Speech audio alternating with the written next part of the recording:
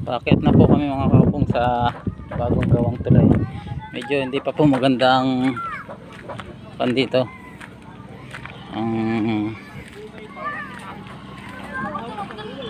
Alin? Marami pa pong kulang. Tulad po nito.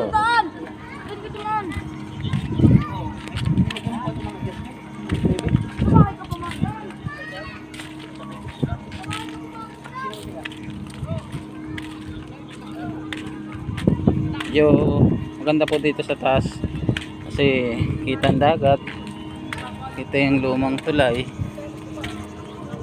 Ayan po. Ayan, pinipison pa po pati din sa may bat. So, makikita nyo kung paano pisonin yung rampahan.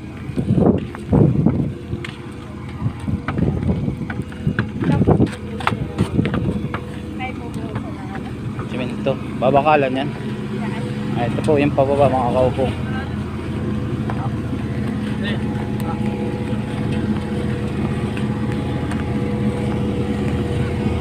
Kaya yan.